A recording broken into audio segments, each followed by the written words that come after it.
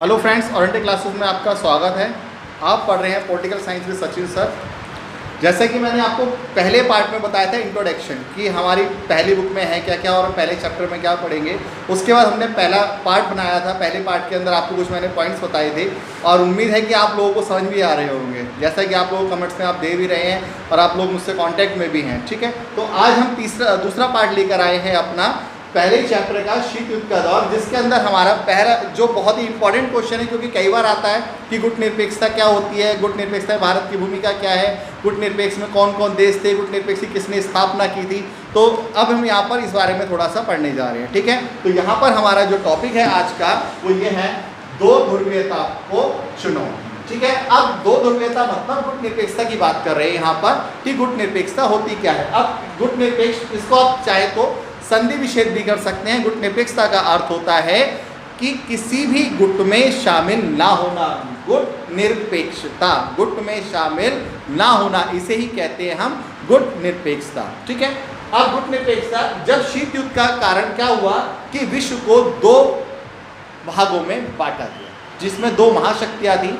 जैसे कि मैंने आपको पहले पार्ट में बताया था कि दो महाशक्तियां थी हमारे देश विश्व के अंदर, अमेरिका और सोवियत संघ। कौन कौन सी थी? अमेरिका और सोवियत संघ। अमेरिका जो कि पूंजीवाद की समर्थक थी और सोवियत संघ जो कि साम्यवाद का समर्थक था। तो यहाँ पर यही पॉइंट लिखा हुआ है कि शीत युद्ध के कारण विश्व दो प्रतिद्वंदी गुटों में बटा। कितने गुटों में बटा? दो गुटों में बटा था। उसके बाद नेक्स्ट पॉइंट मैंने आपको दिया है, गुट निरपेक्षता ने एशिया, अफ्रीका और लातिन अमेरिका के नव स्वतंत्र देशों को एक तीसरा विकल्प दिया था। मतलब अब हमारे पास तीन ऑप्शन हो चुके थे कि पहला अमेरिका में जाएं, दूसरा सोवियत संघ में जाएं या तीसरा स्वतंत्र रहें। स्वतंत्र रहने के लिए उसके लिए हमने यहाँ पर गुट बनाया जिसको कहा है गुट निरपेक्षता।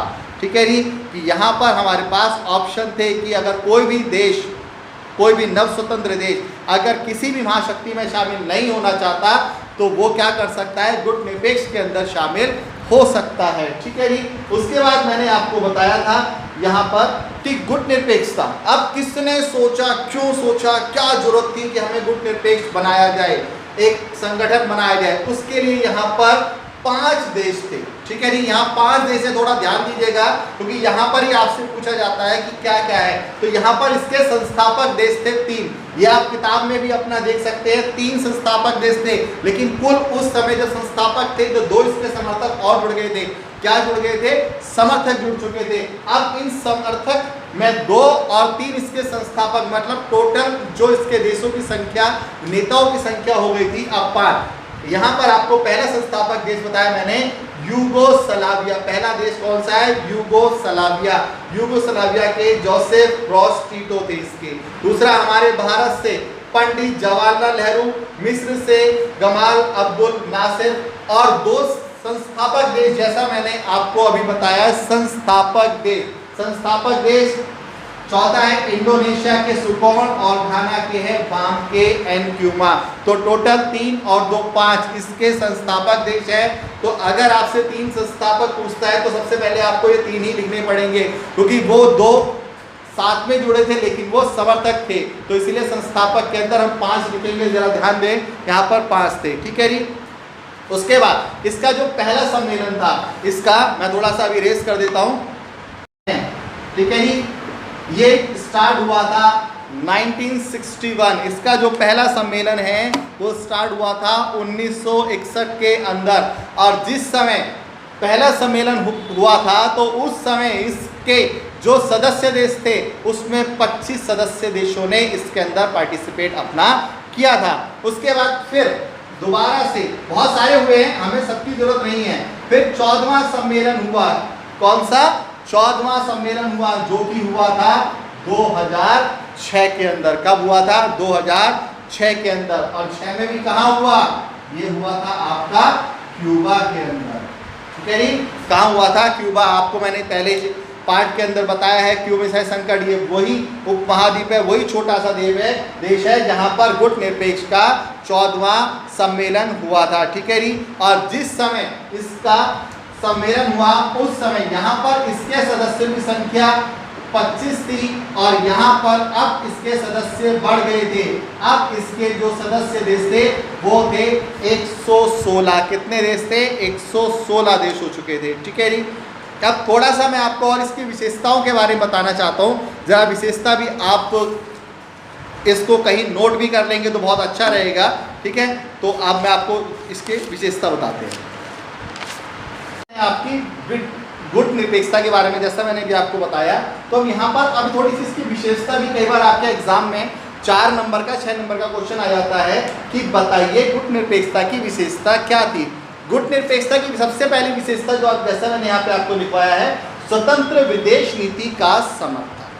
क्योंकि अब यहाँ पर अब हमें एक चीज का फायदा है, क्योंकि हम किसी के अंडर में अब नहीं है, अब हम पूर्ण रूप से स्वतंत्र हैं। तो सबसे पहला फायदा यहाँ पर यह था कि अब हम किसी के दबाव में ना आकर अपनी विदेश नीति का समर्थन कर सकते हैं। क्योंकि अगर हम यहाँ पर अमेरिका या सोवियत संघ के साथ में अगर हम जुड़े हुए होते, उनके सदस्य होते, तो हमें वो कोई भी काम करने से रोक सकता था। लेकिन अब यहाँ पर हमने गुट निरपेक्षता की नीति अपनाई है, तो हमारी सबसे पहली विशेषता ये थी कि हम अपने किसी भी नीति का समर्थन कर सकते हैं। हमारे ऊपर किसी भी अन्य देश का किसी भी प्रकार का कोई दबाव नहीं है। तो पहला पॉइंट यहाँ पर यही है, स्वतंत्र विदेशी नीति का समर्थन।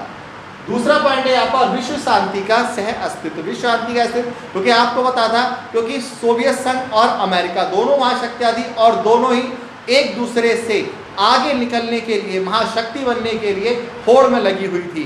ठीक है, लेकिन यहाँ पर गुट निरपेक्षता का अर्थ यह था कि किसी भी गुट में शामिल ना होना, और जब किसी गुट में शामिल नहीं है तो यहाँ पर क्या होगा, शांति व्यवस्था बनी रहेगी। क्योंकि जो भी इसके सदस्य देश होंगे वो सब एक दूसरे को किसी ना किसी प्रकार से सहायता भी करते रहेंगे। उसके बाद तीसरा पॉइंट है यहाँ पर आपसी विवादों का बातचीत से सुलझाना। क्योंकि यहाँ पर जो लड़ाई थी वो विचारों की लड़ाई थी, अपने आप को महाशक्तिशाली बनाने की लड़ाई थी। लेकिन तीसरे विश्व यहाँ पर गुट निरपेक्षता के अंदर ऐसा कुछ नहीं था। तो यहाँ पर जो भी आपस में अगर सदस्यों में किसी भी प्रकार का कोई भी मतभेद होता था, कोई भी विवाद होता था, तो वो देश आपस में बैठकर उसको बातचीत के द्वारा सुलझा लेते थे। यही गुट निरपेक्षता की नीति थी। उसके बाद नेक्स्ट पॉइंट है सैन्य राजनीतिक गुटों का विरोध करना। अब ये लोग क्या करते थे, जो भी इसके सदस्य देश थे, वो लगता था कि जो भी खतरा उत्पन्न करने वाले हैं विश्व के अंदर, चाहे वो कोई भी महाशक्ति हो सकती है, तो वो उसका सब मिलकर गुट बनाकर वो क्या करते थे, उसका विरोध किया करते थे। उसके बाद शीत युद्ध का विरोध, 5 में हमारी हेडिंग है शीत युद्ध का विरोध। क्योंकि आपको पता है गुट निरपेक्ष आंदोलन का जो आरंभ हुआ था वो अमेरिका और सोवियत संघ के बीच जो शीत युद्ध चल रहा था उसके कारण यहाँ पर हुआ था। और उसी के कारण क्या हुआ, गुट निरपेक्ष उत्पन्न हुआ। क्योंकि अगर कोई भी देश अमेरिका में या सोवियत संघ में शामिल नहीं होना चाहता है, अपने आप को स्वतंत्र रखना चाहता है, और कोई भी महाशक्ति उसके ऊपर दबाव ना डाले, तो उसने उसके लिए अपना एक अलग गुट बनाया था, गुट निरपेक्षता।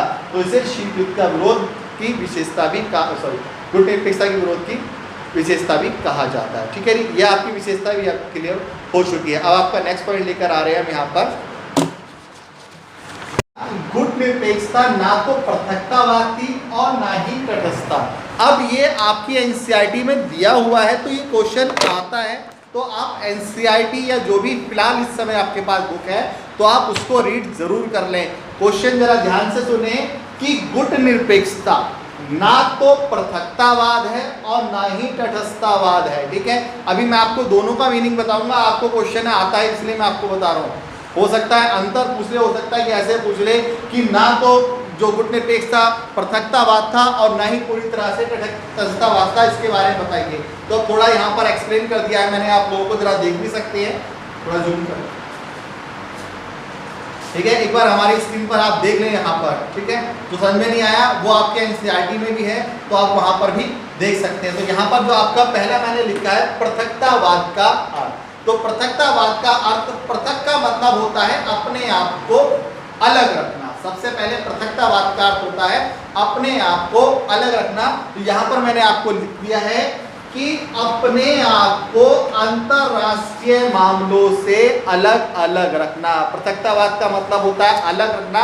अब अलग का मतलब ये नहीं है कि अपने आप को बिल्कुल अलग रखना, नहीं, हमें यहाँ पर क्या अलग करना है कि जो अंतरराष्ट्रीय मामले हैं उनको अपने आप से अलग रखना। ठीक है जी। उसके बाद क्या हुआ, 1787 में अमेरिका में स्वतंत्रता की लड़ाई हुई। क्योंकि आपको पता है कि अमेरिका भी कभी गुलाम रहा है, जो आज भी महाशक्ति है, पहले भी महाशक्ति था, वो भी गुलाम रहा है। ये कब की बात है, 1787, जब वहां पर स्वतंत्रता की लड़ाई हुई। और 1914 से पहले, मतलब विश्व युद्ध हमारे स्टार्ट हुआ था, बताया था मैंने आपको पहले पार्ट में, 1914 से लेकर 1918। तो यहाँ पर ये विश्व युद्ध से पहले की बात कर रहे हैं। यहाँ पर जब शुरुआत हुई तो अमेरिका ने अपने आप को अंतरराष्ट्रीय मामलों से अलग रखा। उसने पृथकतावाद की विदेश नीति भी अपनाई। ठीक है जी। क्योंकि अमेरिका ने भी, जब कभी अमेरिका स्वतंत्र हुआ, जब वो कभी गुलाम था, उसके बाद जब स्वतंत्र हुआ तो उसने भी सबसे पहले ये नीति अपनाई थी पृथकतावाद की, कि उसने भी अपने आप को अंतरराष्ट्रीय मामलों से अलग रखा था। उसके बाद जो नेक्स्ट है कि शांति और स्थिरता बनाए रखने के लिए प्रतिद्वंदी गुटों में समझौता कराने में सक्रिय भूमिका भी निभाई थी। ठीक है जी। कि गुट निरपेक्षता ने क्या किया था कि विश्व के अंदर शांति व्यवस्था बनी रहे, जो जैसा है वैसे ही चलता रहे। तो उसने दो महाशक्तियों के बीच में, दो महाशक्तियां अमेरिका और सोवियत संघ के बीच में समझौता कराने के लिए भी यहाँ पर गुट निरपेक्ष ने बहुत ही बड़ा प्रयास किया था, काफी सारी सक्रिय भूमिका निभाई थी। अब नेक्स्ट पॉइंट पे हम आ जाते हैं। नेक्स्ट है तटस्थता का अर्थ। तटस्थता का अर्थ क्या होता है, सीधा अपने आप को एक जगह डट के खड़े हो जाना, कह सकते हैं इसको सीधी सरल भाषा में आपको समझाने के लिए। यहाँ पे तटस्थता का अर्थ होता है युद्ध में शामिल ना होने की नीति अपनाना। मतलब कि दो कोई अगर लड़ रहे हैं गुट, तो अपने आप को अलग करके खड़े हो जाना, उनसे कोई लेन देना नहीं है। तो यहाँ पर युद्ध में शामिल ना होने की नीति का पालन करना। नेक्स्ट पॉइंट यहाँ पे लिखा है तटस्थता की नीति पालन करने वाले देशों के लिए यह जरूरी नहीं था। भाई जरूरी नहीं है कि हम डट के खड़े हुए हैं तो वो गुट को समाप्त करने में मदद कर सकते हैं। ऐसे नहीं है कि युद्ध नहीं लड़ रहे तो कोई लेना देना नहीं है, अगर वो चाहें तो युद्ध को समाप्त करने में मदद कर सकते हैं। नेक्स्ट पॉइंट है कि ऐसे देशों ना तो युद्ध में शामिल होते थे और ना ही युद्ध में सही गलत होने के बारे में कोई विचार देते थे। ठीक है जी।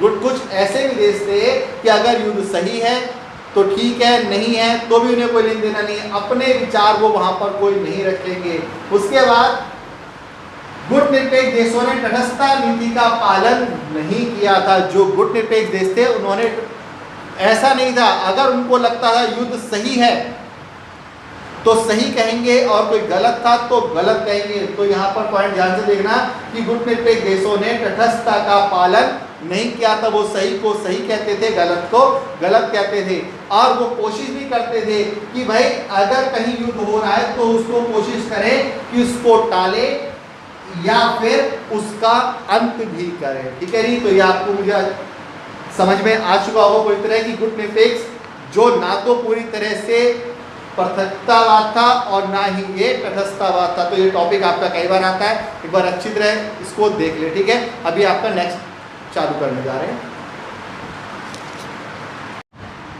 महाशक्ति। महाशक्ति मैंने आपको बताया था, दो महाशक्तियां अमेरिका और सोवियत संघ। ठीक है जी। दो महाशक्तियां थी हमारी, अमेरिका और सोवियत संघ। तो क्वेश्चन है हमारे यहाँ पर, ये क्वेश्चन आपका 4 नंबर का अंदर आता है आपका, और आपको 4 पॉइंट लिख रहे हैं। बहुत इजी है ये, आपको अभी समझाऊंगा, बहुत इजी है। और आपका ये 100% ये क्वेश्चन लगभग आपका, अगर आप टेनियर उठा के देखेंगे 2008 से, 2010 से और 2000 20 तक ये क्वेश्चन आपका आता ही आता है लगभग। अगर 10 साल के पेपर देखेंगे तो मिनिमम आपको 8 साल के पेपर में क्वेश्चन आएगा। तो इसलिए ज़रा ध्यान से और बहुत अच्छी तरह इसको रीड कर लें। नहीं समझ में आए तो मुझे कमेंट में कर देना आप कि समझ में नहीं आया, तो मैं आपको इसके नोट्स भी प्रोवाइड करा दूंगा, ठीक है ना। और 1-2 बार इसको वीडियो देखेंगे तो आपको चैप्टर अच्छी तरह समझ में आ जाएगा। तो क्वेश्चन है कि महाशक्ति छोटे देश, छोटे कोई भी देश हो सकते हैं, ठीक है, तो छोटे देशों के साथ में गठबंधन क्यों करती थी। गठबंधन का मतलब होता है कि महाशक्ति छोटे देशों को अपने साथ क्यों मिला लेती थी, ये क्वेश्चन है आपका। तो सबसे पहला, अब कोई भी महाशक्ति है उसको अपने साथ क्यों ले, क्योंकि उसे कहीं ना कहीं तो उससे फ़ायदा उठाना है। आप भी देखते हैं अपने घर के अंदर छोटे बच्चे से काम करवाते हैं, ठीक है, तो हम क्या करते हैं, उसको किसी चॉकलेट का, टॉफ़ी का या एनीथिंग कुछ भी चीज़ का आप उसको थोड़ा सा लालच देते हैं और वो छोटा बच्चा आपका काम कर देता है। क्यों? क्योंकि वहाँ पर आप बड़े हैं, बड़े मतलब महाशक्ति हैं और वो बच्चा एक छोटा सा एक देश समझ सकते हैं। तो इसीलिए क्या करते थे, महाशक्ति छोटे देशों के साथ में गठबंधन बनाते थे। क्यों बनाते थे? कि यहाँ आपको पहला पॉइंट है महत्वपूर्ण संसाधन। अब आपको पता है कि महाशक्तियाँ जो है अब वो लड़ाई करें या खेतीबाड़ी करें या खनिज तेल के संसाधन को इस्तेमाल सबको करना है, लेकिन कहाँ से लेकर आएंगे, तो किससे लेकर आएंगे।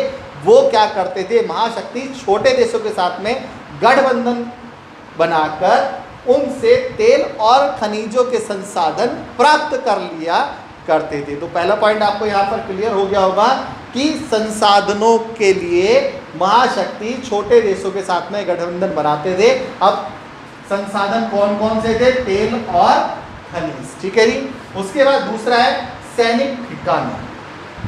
सैनिक ठिकाने का मतलब अब बहुत दूर से बैठ के तो कोई देश किसी के ऊपर निगरानी तो नहीं कर सकता, तो वो क्या कर सकता है कि उनके नज़दीकी देशों के साथ मिलकर महाशक्ति एक दूसरे को जासूसी करवा सकते हैं, ठीक है जी। जैसा आपने पढ़ा भी था कि सोवियत संघ ने क्यूबा के ऊपर मिसाइल तैनात कर दी थी, ठीक है जी। तो इसका मतलब उसको क्या करा, उसने सैनिक अड्डे बनाए, सैनिक ठिकाने बनाए ताकि सोवियत संघ अमेरिका को नष्ट कर सके।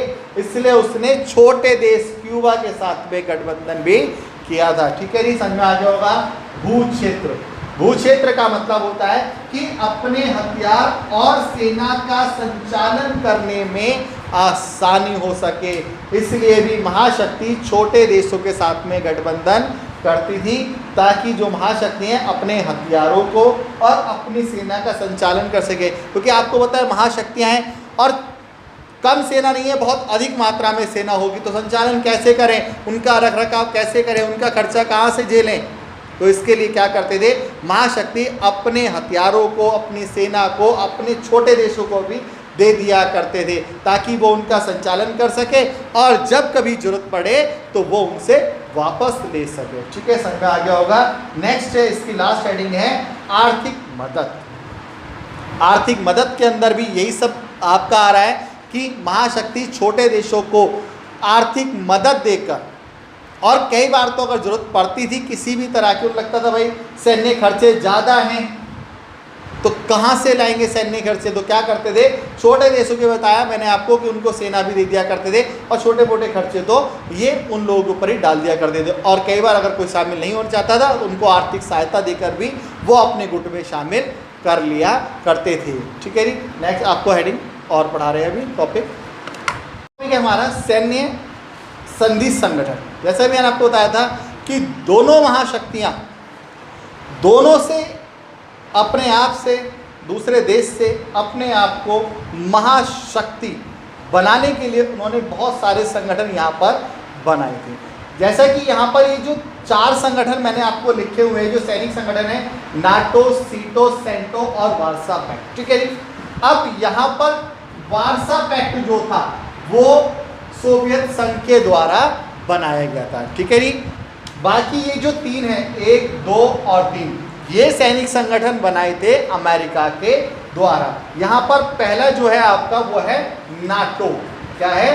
नाटो, ठीक है जी। कई बार इसकी फुल फॉर्म भी आपसे पूछ लेते हैं कि नाटो की फुल फॉर्म बताइए या नाटो की स्थापना कब हुई थी। ठीक है जी। तो मैं आपको यहाँ पर नाटो के बारे में थोड़ा सा बता देता हूँ कि नाटो की जो फुल फॉर्म है वो है उत्तरी अटलांटिक संधि संगठन। ठीक है जी। क्या है? North Atlantic territory organisation. ठीक है जी। इंग्लिश वाले भी जरा ध्यान से सुन सकते हैं कि इसकी फुल फॉर्म है उत्तरी अटलांटिक संधि संगठन। ठीक है। इसकी जो स्थापना हुई थी वो 4 अप्रैल 1949 को, कब हुई थी? 4 अप्रैल 1949 को हुई थी। अब कोई भी संगठन बना है, अब संगठन का कोई ना कोई तो उद्देश्य होगा। तो संगठन का जो उद्देश्य ये था कि सदस्य देश मिलजुल कर रहेंगे। जो भी इसके सभी सदस्य देश है वो सब एक दूसरे से मिलजुल कर रहेंगे। दूसरा, दोनों जो भी इसके सदस्य एक दूसरे की यहाँ पर हर किसी भी प्रकार की कोई भी सहायता है, मदद है, वो एक दूसरे को करेंगे ही करेंगे।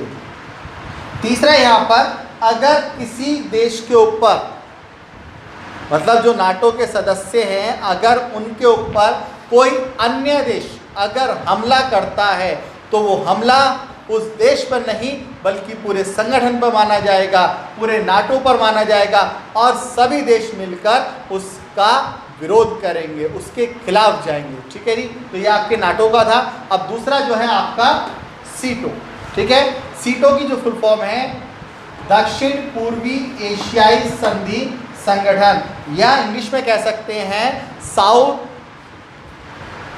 East Asia territory organisation. इसकी जो स्थापना है वो हुई है आपकी 1954 में, 1954। ठीक है जी। ये जो संगठन है ये भी अमेरिका के द्वारा ही बनाया गया है। ठीक है।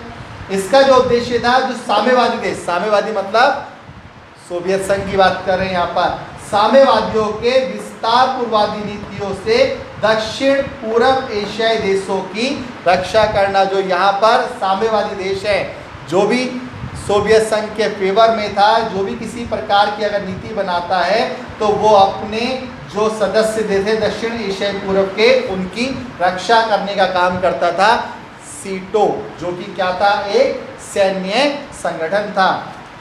तीसरा यहाँ पर सेंटो। सेंटो, ठीक है। सेंटो की फुल फॉर्म है केंद्रीय संधि संगठन, जिसकी स्थापना 1955 के अंदर हुई थी। ठीक है। ध्यान रखना है इनका स्थापना के बारे में। नाटो 4 अप्रैल 1949, सीटो 1954 और सेंटो 1955। ठीक है जी। एक साल के बाद ही इसकी स्थापना। इसका जो मुख्य उद्देश्य था ये था कि सोवियत संघ को मध्य पूर्व से दूर रखना।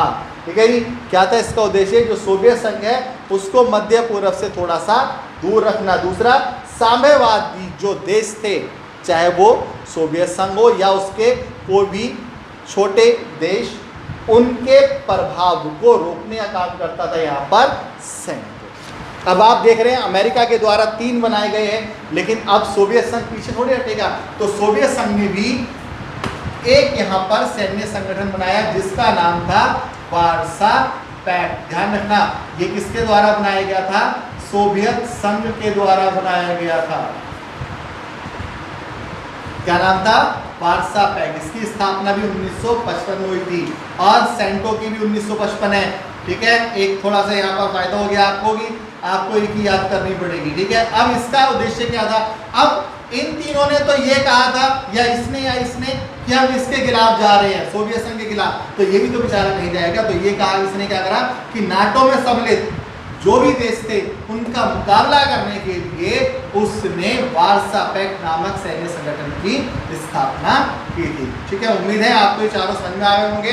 डेट, उद्देश्य और इनकी फुल फॉर्म बहुत अच्छी तरह से याद कर लें, क्योंकि ये कई बार एग्जाम में आ जाती है, क्योंकि अब आपके एक नंबर के ये आने लगे हैं। ठीक है। आपका नेक्स्ट टॉपिक है, ये क्वेश्चन अभी इस साल आपका आया था, तो इसमें थोड़ा सा इसको भी ध्यान से देखें। जो आपका पहला चैप्टर है बहुत ही इम्पोर्टेंट है, और ज़्यादा तो नहीं लेकिन हाँ कम भी नहीं, लगभग 8-10 नंबर का आपका पहले चैप्टर में से बहुत कुछ आता है। ठीक है जी। इसलिए ज़रा ध्यान से पहले चैप्टर हमें पढ़ना है। जो अभी क्वेश्चन कराए जा रहे हैं बहुत ही इम्पोर्टेंट हैं आप लोगों के लिए। अब यहाँ जो मैंने आपको अभी नेक्स्ट क्वेश्चन कराया है कि नव अंतर्राष्ट्रीय आर्थिक व्यवस्था क्या है। कई बार इसको शॉर्ट फॉर्म में पूछ लेते हैं NIEO, ठीक है जी, तो ध्यान रखना है इसको, NIEO, ठीक है जी, नव अंतरराष्ट्रीय आर्थिक व्यवस्था क्या है। ठीक है, नव अंतरराष्ट्रीय आर्थिक व्यवस्था है क्या एक्चुअली, इसके अंदर जो बताते हैं कि गुटनिरपेक्ष देशों में शामिल जो ज़्यादातर देश थे, ठीक है जी, जो गुटनिरपेक्ष आंदोलन के अंदर जो देश शामिल हुए थे वो अल्प विकसित देश थे, कोई महाशक्ति शामिल नहीं हुई थी। कौन से देश थे, जो या तो स्वतंत्र हुए हैं, ठीक है जी, या पहले स्वतंत्र हो चुके थे, ठीक है, वो उसके अंदर शामिल थे। तो यहाँ पर हम कहते हैं कि गुटनिरपेक्ष आंदोलन के अंदर शामिल जो ज़्यादातर देश थे वो कौन से थे, अल्प विकसित देश थे। अब जब अल्प विकसित देश थे तो उनके सामने जरूर कुछ ना कुछ चुनौतियाँ जरूर रही हैं। तो यहाँ जो चुनौतियाँ मैंने आपको बता दिया है कि ज़्यादातर उनके साथ में जो चुनौती थी वो ये थी आर्थिक रूप की चुनौती, पैसे की कमी। जब पैसे की कमी है तो वो अपना विकास कैसे करें। अब देश है तो जनता भी रहती है, अब जनता को भी गरीबी से कैसे निकालें, क्योंकि आपको पता है, क्योंकि अगर किसी देश की जनता गरीब है, जनता बेरोजगार है, जनता के पास बहुत सारी चुनौतियां हैं, इसका मतलब वो देश भी कहीं ना कहीं चुनौतियों से जूझ रहा होगा। तो यहाँ पर भी यही समस्या थी कि नव अंतर्राष्ट्रीय आर्थिक विकास का जो काम था कि ऐसे देश जो गरीब हैं, जो पिछड़े हुए हैं, जिनका विकास नहीं हो पाया है, उनको आगे कैसे डेवलप किया जाए, ठीक है जी। उसके बाद अब कोई भी चीज़ है, आपको पता, हम किसी की भी आज जैसे कि आप देख रहे हैं कोरोना वायरस चल रहा है, कितनी बार आपकी सहायता कर दोगे, एक बार दो बार हम उसकी सहायता कर देंगे, ठीक है। तो यहाँ पर लेकिन जो सहायता है हम उसकी परमानेंट टिकाऊ नहीं कर पाएंगे, ठीक है ना। तो यहाँ पर भी यही था कि बिना टिकाऊ विकास में कि कोई भी देश सही मायनों में स्वतंत्र नहीं रह सकता जब तक उसके पास में पूरी तरह से विकास नहीं होगा, वो भी सही मायने में टिकाऊ विकास, कि हाँ वो विकास कर सके, जब तक वो स्वतंत्र नहीं रह पाएगा। और जब तक वो टिकाऊ विकास नहीं कर पाएगा तो इसका मतलब उसको किसी ना किसी अन्य महाशक्ति या किसी धनी देश के ऊपर निर्भर रहना पड़ेगा या आश्रित भी रहना पड़ सकता है। उसके बाद है नव स्वतंत्र देशों की आज़ादी के लिहाज से भी आर्थिक विकास बहुत ही महत्वपूर्ण था, क्योंकि जो देश आज़ाद हुए थे उनके पास वो आज़ाद कब माने जाएंगे, जब माने जाएंगे जब उनका आर्थिक विकास हो सके, क्योंकि बिना टिकाऊ विकास के कोई भी देश आज़ाद नहीं है, ठीक है। और इसी के कारण क्या हुआ, नव अंतर्राष्ट्रीय आर्थिक विकास की यहाँ पर हमें ज़रूरत पड़ी और हमने उसको एक संगठन के रूप में यहाँ पर शामिल भी किया। जो नेक्स्ट टॉपिक है आपका अंकटान, ठीक है जी, क्या है अंकटान, ये भी इसी के अंदर क्वेश्चन आता है आप लोगों का कि अंकटान के बारे में बताइए, ठीक है। अंकटान क्या है, एक प्रकार का व्यापार और विकास के लिए, ठीक है जी, व्यापार और विकास से संबंधित संयुक्त राष्ट्र संघ का एक सम्मेलन था, ठीक है जी, जिसका जो उद्देश्य था कि व्यापार को कैसे हम डेवलप करें, ठीक है जी। अंकटान की फुल फॉर्म यहाँ पर लिखी हुई है, United national conference on trade and development, ठीक है जी। ध्यान रखना अंकटान की फुल फॉर्म भी आपसे पूछ लेते हैं, क्या है, United national conference on trade and development, ठीक है जी। इसकी जो स्थापना हुई थी, लिख दिया है 1972 में। कब हुई थी, 1972, 1972 के अंदर आयोजित किया गया था। इस सम्मेलन के अंदर हमने क्या करा था, towards a new trade policy development नामक एक शीर्षक प्रस्तुत किया था, जिसका जो उद्देश्य था कि कैसे व्यापार में हम ज़्यादा से ज़्यादा सुधार करें, ठीक है जी। क्या उद्देश्य था कि हम कैसे व्यापार के अंदर हम ज़्यादा से ज़्यादा सुधार करें, और इन लोगों ने सुधार के लिए भी एक रिपोर्ट प्रस्तुत की थी, ठीक है जी। कुछ सुझाव दिए थे जो कि सुधार है यहाँ पर कि अल्प विकसित देशों को, क्योंकि वहाँ शक्तियाँ हैं, छोटे देशों से क्या करते थे, उनके जो संसाधन थे वो छीन लिया करते थे। तो इनका जो उद्देश्य वो यही था कि अल्प विकसित देशों को उनके स्वयं के प्राकृतिक संसाधनों पर उनका नियंत्रण प्राप्त हो, जिसका प्रयोग पश्चिम के अन्य देश भी कर रहे थे। उसके बाद यहाँ पर दूसरा पॉइंट है यहाँ पर कि अल्पविकसित देशों की पहुंच भी पश्चिम के बाजारों तक हो। जो महाशक्ति या जो डेवलप देश है वो हमारे यहाँ आकर, तो हम यहाँ बता रहे थे कि अल्पविकसित देशों की जो पहुँच है वो पश्चिम के बाज़ारों तक होनी चाहिए। जैसा कि आप देख रहे हैं कि जो चाइना है ज़्यादातर जो प्रोडक्ट्स हैं अन्य देशों में बेच रहा है, ठीक है। अब जैसे कि हमारे यहाँ इस समय कोरोना वायरस पूरे विश्व के अंदर फैला हुआ है, ठीक है, तो वो उसके लिए भी क्या कर रहा है, किट तैयार कर रहा है और बहुत ही ऊंचे दामों पर अन्य देशों के अंदर, भारत के अंदर वो क्या कर रहा है, उसको सेल कर रहा है। तो क्या ऐसा होना चाहिए कि हर कोई जो अल्पविकसित देश है, जो आज पिछड़ा हुआ है, तो वो भी क्या करे, अपना माल दूसरे देशों तक, पश्चिम के देशों तक पहुंचाए, ठीक है। उसके बाद तीसरा पॉइंट है कि पश्चिम के देशों से जो मंगाई जा रही, जो चीज़ मंगा रहे हैं, हमें उसकी लागत बहुत ज़्यादा पड़ती है। अगर वो अपने यहाँ बना लेते हैं तो उसकी लागत अब हमें कम पड़ेगी, ठीक है जी। और लास्ट पॉइंट है हमारा, अल्पविकसित देशों की अंतर्राष्ट्रीय आर्थिक संस्थाओं में भूमिका बढ़ेगी। जब हम अपना किसी भी प्रकार का व्यापार में सुधार कर लेते हैं, अन्य देशों से बाहर जाके हम अपने माल को बेचने लगते हैं, तो वहाँ पर क्या होगा, धीरे धीरे हमारा रुतबा अन्य देशों में बढ़ने लगेगा, हमारी भी अंतर्राष्ट्रीय आर्थिक संस्थाओं के अंदर भूमिका बढ़ने लगेगी, हमें भी एक पहचान मिलेगी, हमें भी अपने देश को वहाँ पर दिखाने के लिए एक मंच मिलेगा, ठीक है जी। तो उसी के साथ आपका पहला चैप्टर यहाँ पर